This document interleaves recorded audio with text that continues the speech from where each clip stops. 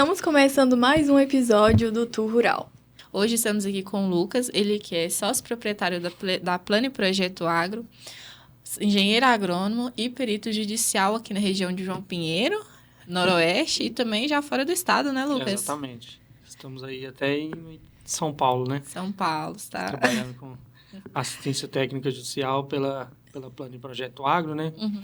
Então, eu, como o Jean, né, também é sócio proprietário na Plano Projeto, a gente está aí atuando há alguns meses com as perícias judiciais e assistência técnica judiciais, né? Uhum. Mas quando eu falo assistência técnica judicial, na área ambiental e rural, porque às vezes quando a gente fala assistência técnica judicial, às vezes as pessoas acham que a gente faz trabalhos advocatícios, né? Já pensa em um advogado, mas não. A gente trabalha em apoio, né, aos advogados. Sim. Explica pra gente um pouquinho mais, Lucas, como que funciona essa questão da perícia, né? As áreas de atuação da perícia, né? Porque a gente fala perícia, o pessoal já vê assim como algo mais sério, né? Mais definitivo. Diferente, tipo assim, porque acho que pra cá, né, pra nossa região, acho que é algo novo, essa questão. Então, pro pessoal entender melhor. Na verdade, é uma área pouco difundida ainda, né? Isso. Tem poucos profissionais que conhecem. Na verdade, a gente cadastra como auxiliar da justiça, né? Esse é o primeiro procedimento que a gente tem que fazer, fazer o cadastramento como auxiliar da justiça, né? Então, você recebe ali uma nomeação de perito, né? Então, na verdade, a perícia, você pode atuar tanto na área ambiental e rural. No meu caso, por exemplo, que eu sou engenheiro agrônomo, trabalho na área ambiental e rural, mas pode também ter peritos em outras áreas. Por exemplo, perito na área contábil, né?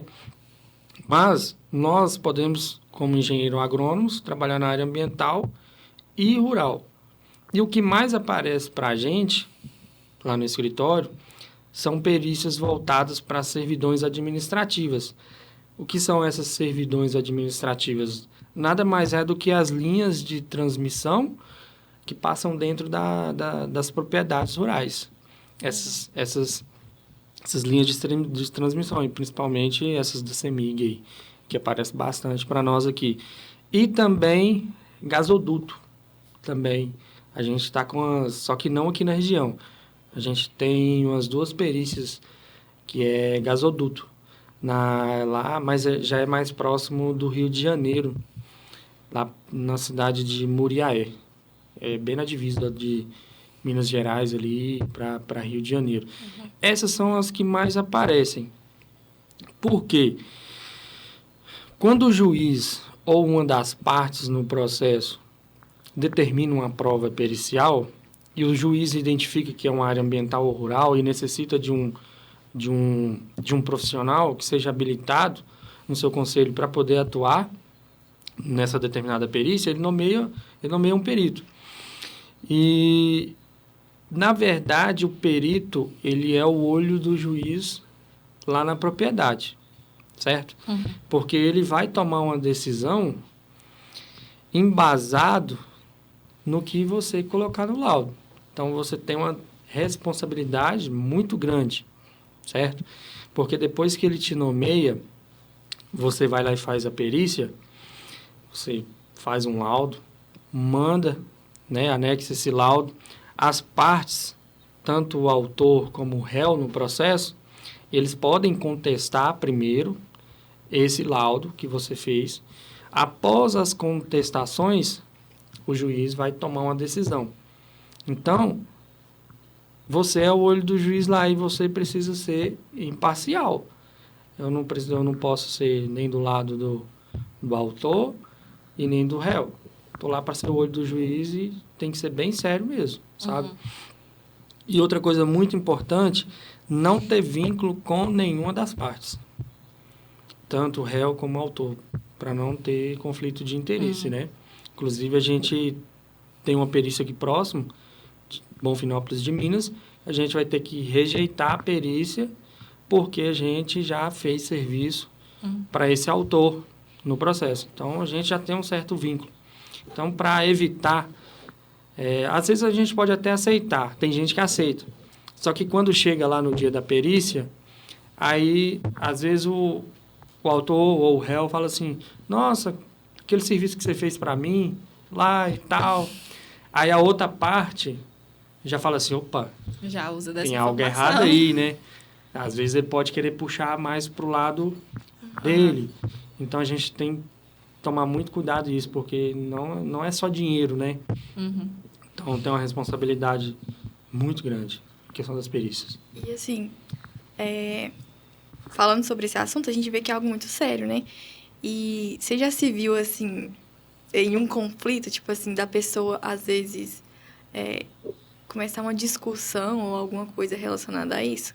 Então, na verdade, a gente tem colegas que já passaram por isso, né? Porque, na verdade, você precisa fazer uma análise muito bem feita antes de você ir fazer a perícia.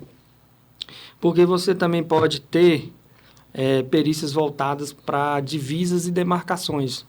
Geralmente, essas perícias aí, onde um proprietário não aceita aonde o outro colocou a cerca, fala que a cerca deveria estar tantos metros para lá, que ele comprou a propriedade, a cerca era em tal lugar e não era lá.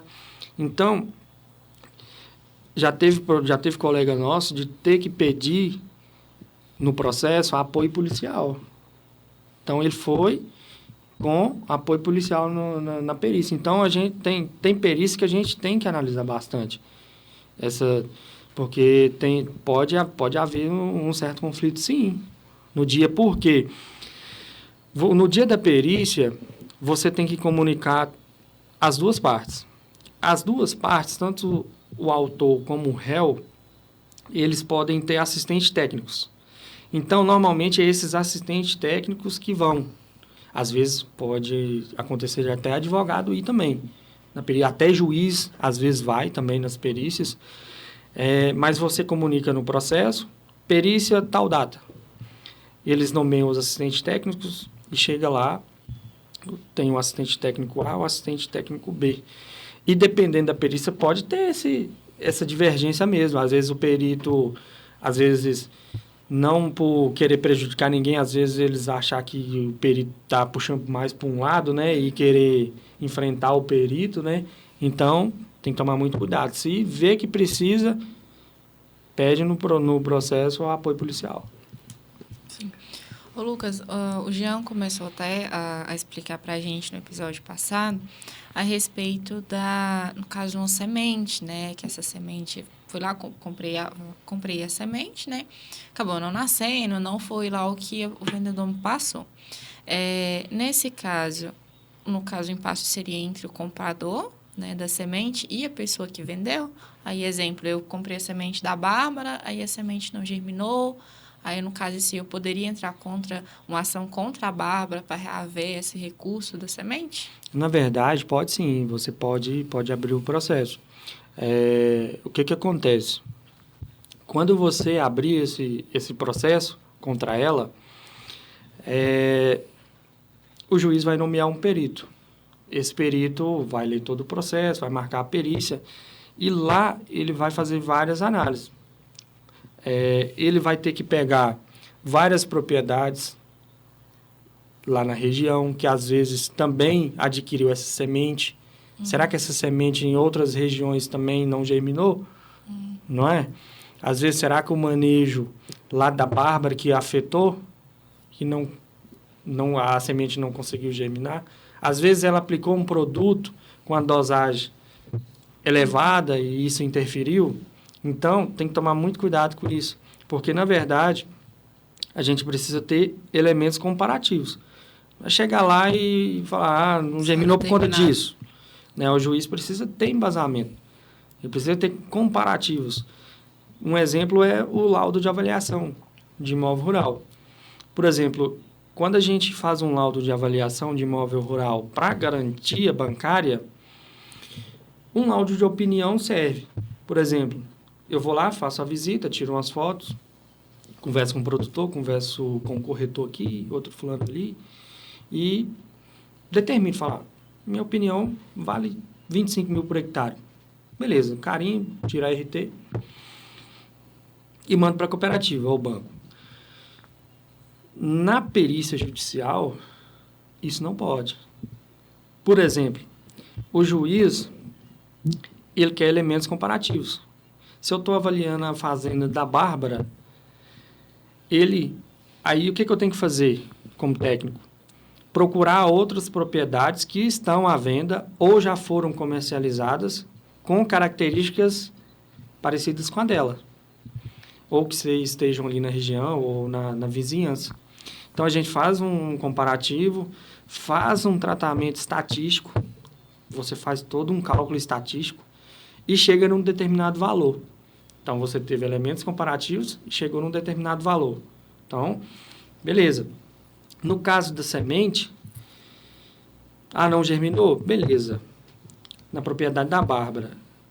Aí teve 5 propriedades que também comprou do mesmo fornecedor e germinou. Aí você começa a analisar isso. Aí você faz um relatório, aí você apresenta, né? Mas você pode sim, você comprou, não germinou, você pode entrar com a ação, né? Essa questão de perícia, ela vale no caso, se eu fizer uma inseminação e não der resultado, se eu fizer uma compra de maquinário, ela vale para todas essas áreas? Sim, vale para todas as áreas. Aí o juiz vai nomear um perito daquela determinada área, que tem competência para poder fazer aquele tipo de serviço. É que a gente vê muito pessoal, acho que muita gente não tem conhecimento disso, né? Às vezes compra uma briga mais pessoal, né? E acaba não tendo resultado do que, às vezes, procurar alguém que possa realmente resolver. A gente está com uma perícia também, essa foi a mais diferente que chegou para nós. Briga de estrada dentro das fazendas. Aí o juiz quer saber em qual que é a melhor estrada para fulano de tal passar. Aí a gente vai ter que ir na fazenda, fazer essa análise. Só que aí tem que tomar cuidado porque não pode prejudicar ninguém, né? Onde a gente fala, a estrada, o melhor local para ter a estrada é aqui. Não pode prejudicar ninguém, né? Não pode causar nenhum certo incômodo a ninguém. Já que você tocou no assunto de estrada, né? Vamos aos exemplos práticos que a gente vê aqui na região. Uma suposta fazenda, para o pessoal ter acesso a uma comunidade numerosa, vamos colocar lá mais de 100 famílias que tem. Para acessar o asfalto seria 30 km, né? Pegando desde o início da comunidade. Se passasse pela fazenda, daria 15. São mais ou menos esses os números. Passaria dentro da fazenda da pessoa. Você não tem criação, você não vê criação, nem nada. Mas a pessoa, o dono da fazenda, foi lá e recorreu que não poderia passar, teve que fechar a fazenda e interditar. Num caso desse, se colocar, não sei, vamos colocar que tem gado, se a gente colocar lá matar burro, né? Essa questão assim, seria mais favorável a questão da comunidade, da facilidade para essa comunidade passar, ou pela fazenda, no caso, pelo requerimento da fazenda. Você fala no sentido da resistência do produtor da fazenda não deixar passar ali? Isso. Ele poderia fazer esse impedimento? Ele pode fazer esse impedimento. Só que por se tratar porque vai ser uma estrada municipal, né? Isso, ela se torna municipal. Então, que aí vai ser uma estrada acesso, pública, né? O acesso das outras pessoas. Ele pode tentar impedir isso. E aí, né, o juiz vai nomear um perito, ele vai fazer um laudo, e o juiz vai determinar, né, se é viável mesmo passar aquela estrada ali. Mas o produtor pode tentar intervir, sim. Tá? Inclusive, a gente fez uma assistência técnica judicial aqui para uma cliente do Dr. Leonardo. Uma companhia energética queria passar uma servidão, na verdade, queria passar uma servidão mesmo, dentro da fazenda, e num determinado talhão, que ia passar a linha de servidão, a faixa de servidão, tinha um projeto de pivô já, só que no papel, para ali, e a linha passava no meio do talhão. Então, se a linha passasse ali no meio do talhão, não tinha como a produtora colocar o pivô ali, porque além da questão das torres, existe uma faixa que você não pode plantar algumas determinadas culturas. Mas lá ela trabalhava com soja, ela poderia plantar soja. Agora, a questão de frutíferas, eucalipto, cana-de-açúcar, aí já tem essa certa limitação, né? E o que a gente fez? A gente foi lá, fez um laudo, sugeriu à companhia energética passar a linha de transmissão na divisa da fazenda, porque já tinha uma torre de energia na divisa. Então, peraí. Então, para não passar aqui, eles vão gastar um pouquinho aqui, mas não vai interferir na área da produtora, né? Esse foi um fato bem curioso para nós. A gente nunca tinha feito serviço desse jeito, não. Foi aqui pertinho, JK. E é, tipo, tão mais fácil, né? Tipo assim, quando você para e realmente analisa, tipo assim, para evitar tantos conflitos. Lucas, e assim, mais ou menos, em média, de quanto tempo leva para fazer essas pesquisas? Porque, pelo que você falou, quando o juiz determina, né? Você vai lá, faz essas vistorias e, dependendo do que for, tem muita coisa para você analisar. Geralmente, em média, assim, de quanto tempo que Então, gasta? na verdade, o primeiro passo, ele te nomeia, né? E após a nomeação, você tem acesso ao número do processo. Você tendo o número do processo, você consegue puxar ali, baixar o processo e analisar para ver se você tem competência para poder trabalhar ali naquele processo, né? Então, você faz primeiro uma pré-análise do processo. Beleza, consigo trabalhar nesse processo. Você aceita, tem um ícone lá para você aceitar a perícia. A partir daí, o juiz pode determinar, ele que determina os dias para você apresentar sua proposta de honorários. Quanto que você vai cobrar para poder fazer aquele serviço.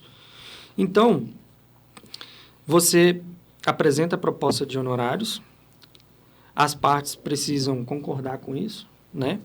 Normalmente, quem está entrando contra a pessoa na justiça que arca, né, com isso, né, com os honorários, geralmente é assim.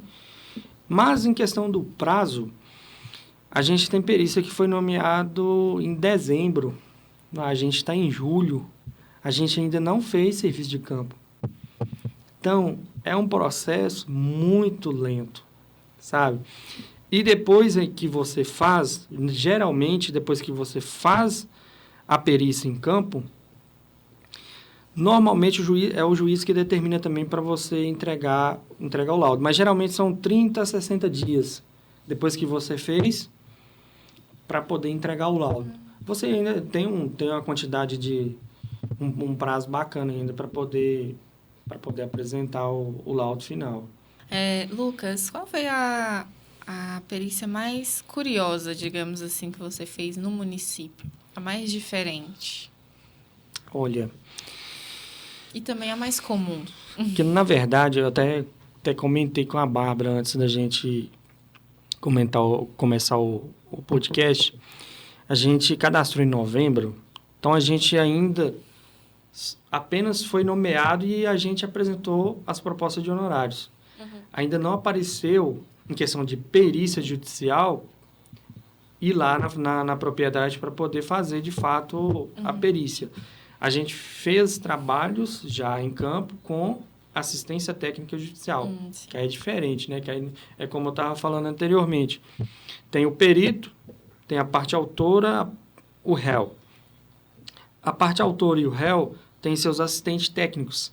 Então, é onde a gente pode atuar, sem precisar de nomeação do juiz, né? Então, geralmente, essas assistências técnicas aí, na verdade, é uma das partes que mais traz uma remuneração mais rápida, né? Porque você, por exemplo, eu cadastrei em novembro, dezembro chegou perícia, nomeação.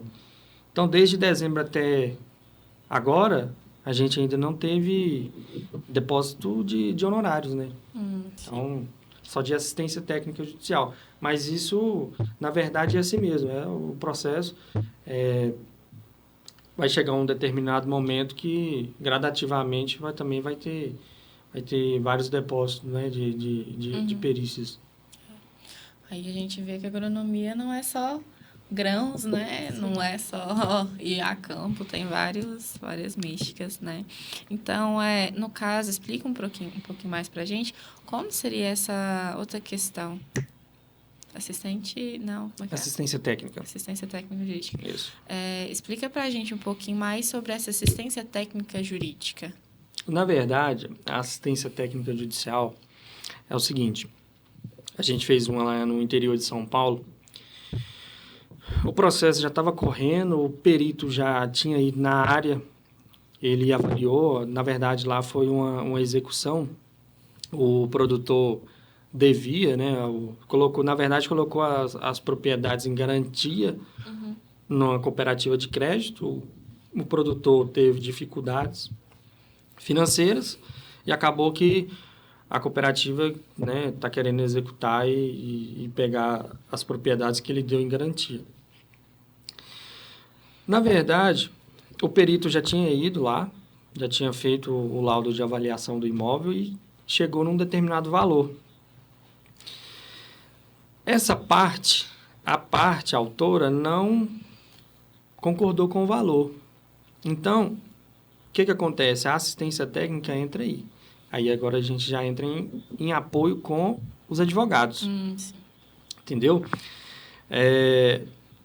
A gente conversou com o advogado e a gente comentou com ele e falou, a gente consegue fazer o laudo de avaliação para você, dentro das normas da ABNT, né? Porque os laudos de avaliação lá precisam ser dentro da norma da ABNT. Então, são bem criteriosos mesmo. Porque, na verdade, quando eu fiz a graduação, a gente vê por alto, né? Laudo de avaliação lá dos imóveis rurais. Então, eu fui aprender a fazer os laudos de avaliação de imóveis rurais com a pós-graduação. Eu comecei no ano passado.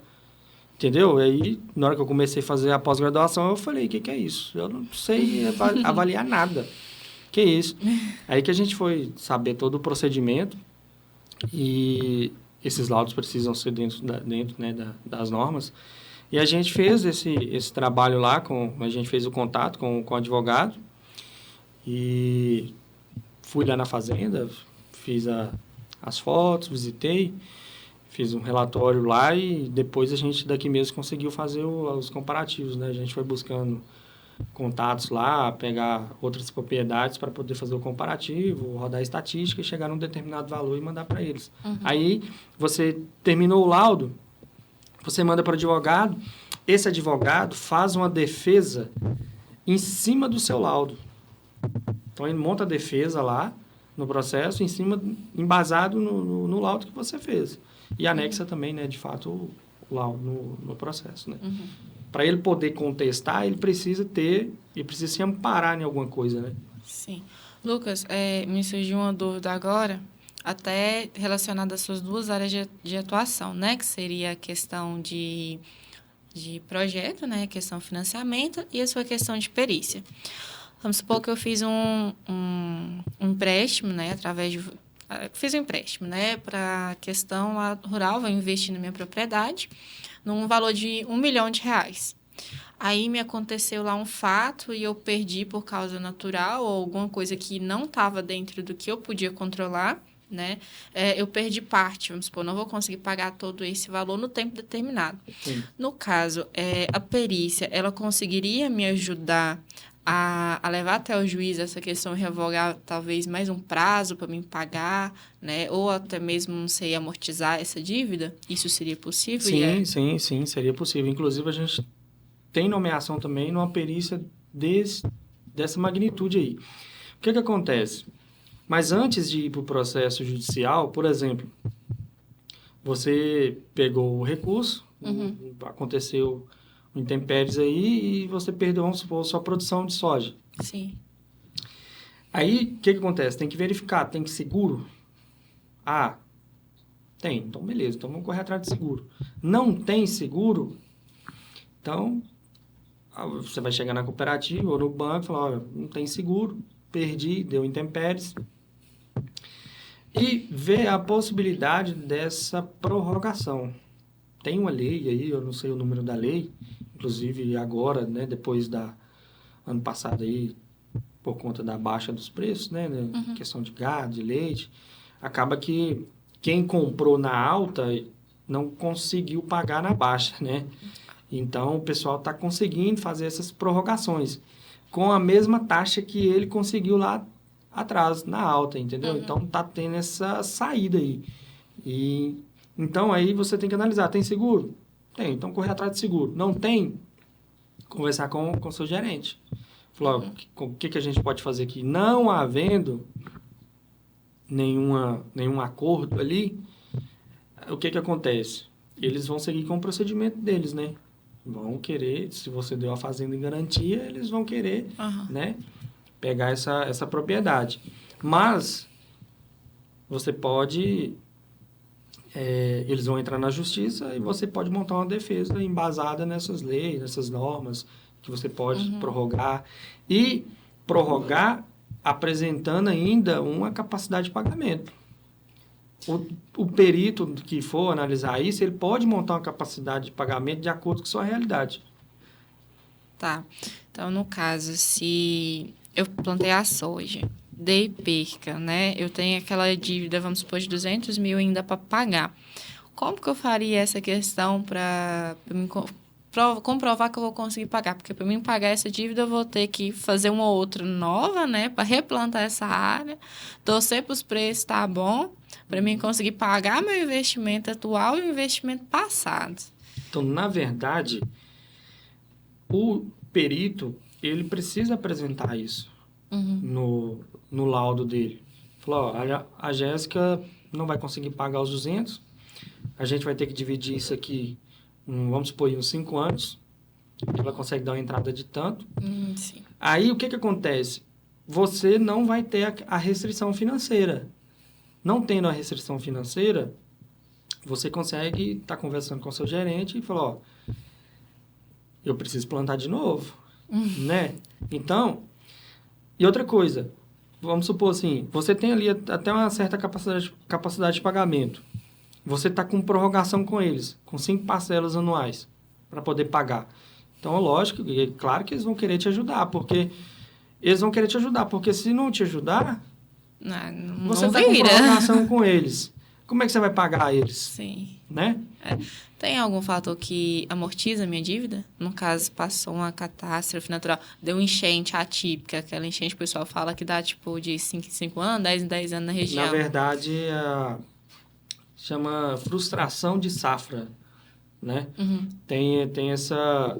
Na verdade, por exemplo, essas prorrogações que estão acontecendo aí, na verdade, mais são dificuldades de comercialização, né?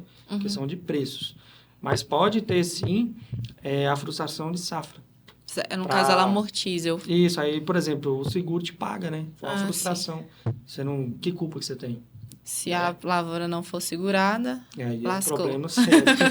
Aí o problema é seu. Aí lascou. É isso. Mas, se não me engano, nesse ano safra passado, até 335 mil, você tinha que fazer seguro. Era obrigatório, se não me engano. Não sei se vai mudar agora, que muda, né, bastante, né? Todo ano safra tem algumas mudanças no MCR. Mas até 335 mil, a pessoa tinha que fazer o seguro. Acima disso, parece que não era obrigatório. Mas é interessante, né, fazer o seguro, né? Porque eu acho que assim também, é interessante fazer o seguro e também analisar muito a localização que você tá, né? Não, sim. Porque tem áreas aí que tem mais chance de ter granizo, essas coisas, né? Então faz uma análise, né? E faz as contas, né? Para ver se compensa ou não, né? 300 mil faz falta. Tem muita falta. Acho que é isso, né? Ô Lucas, vira e mexe, a gente vê o pessoal falando que antes de você fazer uma lavoura, tem alguns papéis que você precisa arrumar. É fato, se eu vou fazer lá um pivô de, não sei, 30, 40 hectares, ou mais ou menos, não sei. Tem alguma documentação que eu preciso arrumar em cima dessa lavoura? Na verdade, tem sim. Tem que ficar atento para a questão das normas ambientais, né? Uhum. Do licenciamento ambiental. E se, por exemplo, você vai colocar um pivô de 40 hectares, beleza, você tem o licenciamento daquela área, você colocar o pivô. Ah, eu tenho outorga. Porque para um pivô de 40 hectares, você, né, não precisa de uma outorga, né? Sim. Não tem como. Tá, esses aí seriam antes, né? No caso, na montagem do pivô. No caso, essa documentação, tem alguma documentação que se renova cada vez que eu for fazer um plantio? No caso, eu vou fazer lá, não sei, 3 plantios ao ano. Eu tenho que organizar alguma documentação a cada plantio que eu for fazer? Olha, Jéssica, para te falar a verdade, eu não... Eu ouvi falar isso por Eu não alto, tenho- mas eu não... não tenho conhecimento, não, fiquei- dessa questão, sabe? Mas antes de você, né, implantar, né, de fato, o pivô ali, tem que ficar atento a essa questão da legislação ambiental, né? Sim, sim.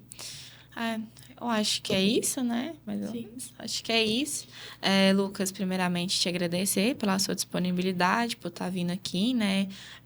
Compartilhar um pouco do seu conhecimento com a gente. Garanto que ficou muita coisa ainda que a gente poderia, né, ter abordado. Mas é isso, te agradecer por ter vindo aqui e estar nos apoiando.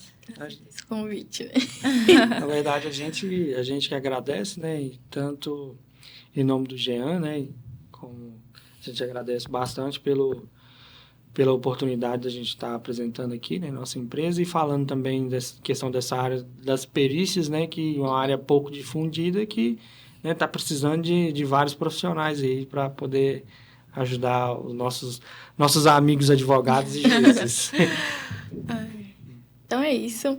Esse foi o nosso episódio de hoje. E nos vemos no próximo. E não deixe de nos seguir também nas redes sociais. Nosso Instagram é @turural. A gente está sempre postando lá novos episódios, né? Quem são os nossos convidados. Então não deixe de acompanhar.